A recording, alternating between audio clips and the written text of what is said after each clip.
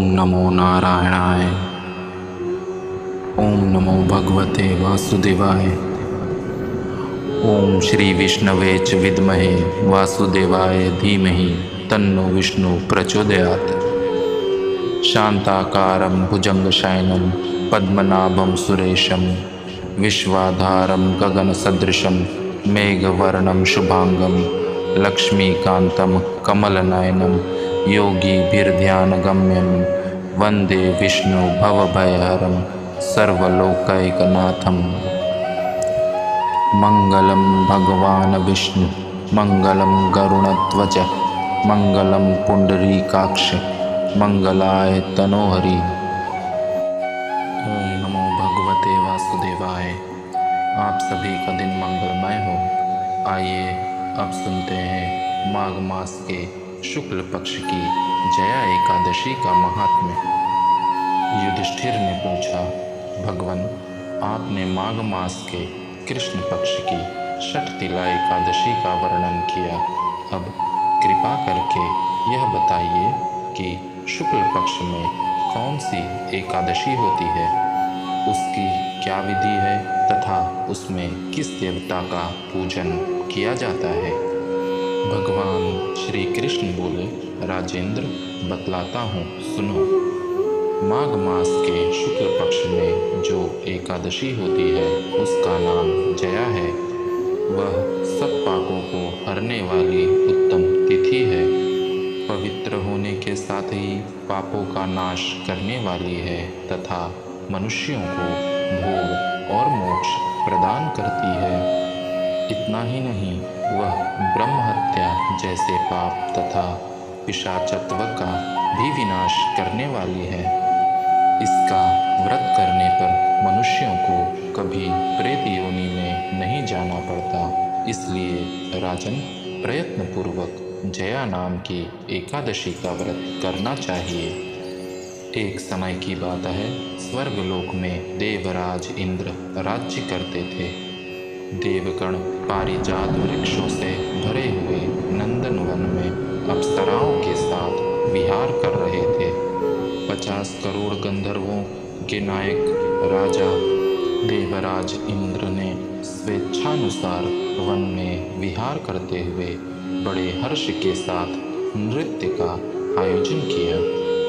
उसमें गंधर्व गान कर रहे थे, जिनमें पुष्पदंत, चित्रसेन तथा उसका पुत्र, ये 3 प्रधान थे।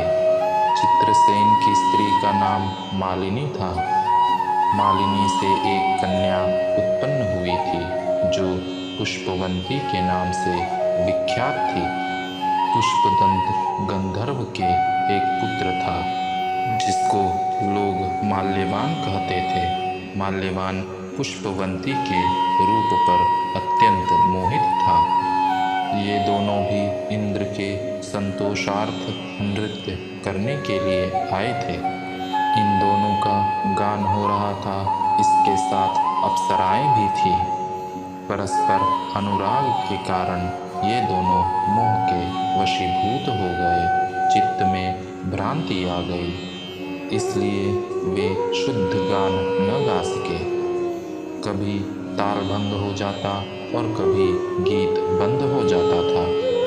इंद्र ने इस प्रमाद पर विचार किया और इसमें अपना अपमान समझकर वे कुपित हो गए। अतः इन दोनों को शाप देते हुए बोले, ओ मूर्ख, तुम दोनों को धिक्कार है। तुम लोग पतित और मेरी आज्ञा भंग करने वाले हो। अतः पति पत्नी के रूप में रहते हुए पिशाच हो जाओ।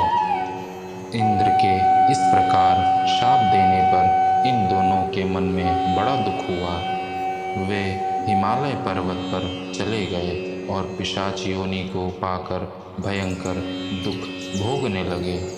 शारीरिक पातक से उत्पन्न ताप से पीड़ित होकर दोनों ही पर्वत की कंदराओं में विचरते रहते थे।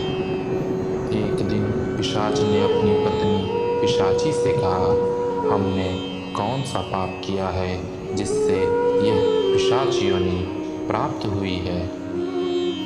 नरक का कष्ट अत्यंत भयंकर है तथा पिशाच योनि भी बहुत दुख देने वाली है, अतः पूर्ण प्रयत्न करके पाप से बचना चाहिए। इस प्रकार चिंतामग्न होकर वे दोनों दुख के कारण सूखते जा रहे थे। दैवी योग से उन्हें माघ मास की एकादशी तिथि प्राप्त हो गई। जया नाम से विख्यात तिथि, जो सब तिथियों में उत्तम है, आई। उस दिन उन दोनों ने सब प्रकार के आहार त्याग दिए, जलपान तक नहीं किया, किसी जीव की हिंसा नहीं की, यहाँ तक कि फल भी नहीं खाया। निरंतर दुख से युक्त होकर वे एक पीपल के समीप बैठे रहे। सूर्यास्त हो गया, उनके प्राण लेने वाली भयंकर रात उपस्थित हुई। उन्हें नींद नहीं आई, वे रति या कोई सुख भी नहीं पा सके। सूर्योदय हुआ, द्वादशी का दिन आया। उन पिशाचों के द्वारा जया के उत्तम व्रत का पालन हो गया। उन्होंने रात में जागरण भी किया था। उस व्रत के प्रभाव से तथा भगवान विष्णु की शक्ति से उन दोनों की पिशाचता दूर हो गई। पुष्पवंती और माल्यवान अपने पूर्व रूप में आ गए। उनके हृदय में वही पुराना स्नेह उमड़ रहा था।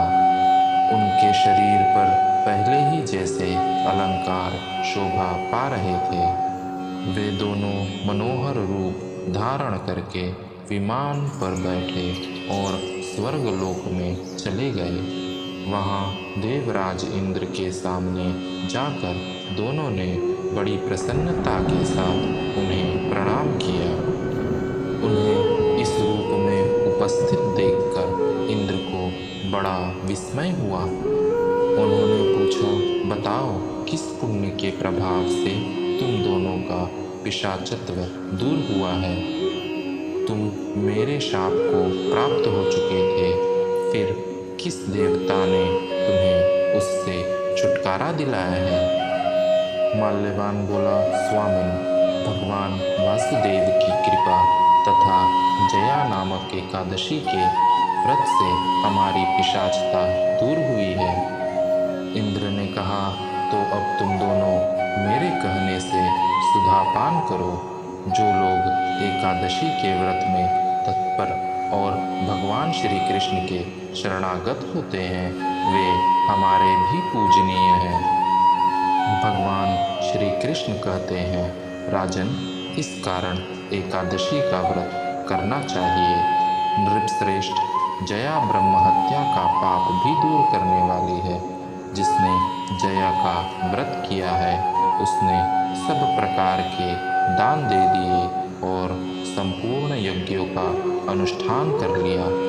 इस महात्म के पढ़ने और सुनने से अग्निष्टोम यज्ञ का फल मिलता है। यह थी माघ मास के शुक्ल पक्ष की जया एकादशी का महात्म्य। ओम नमो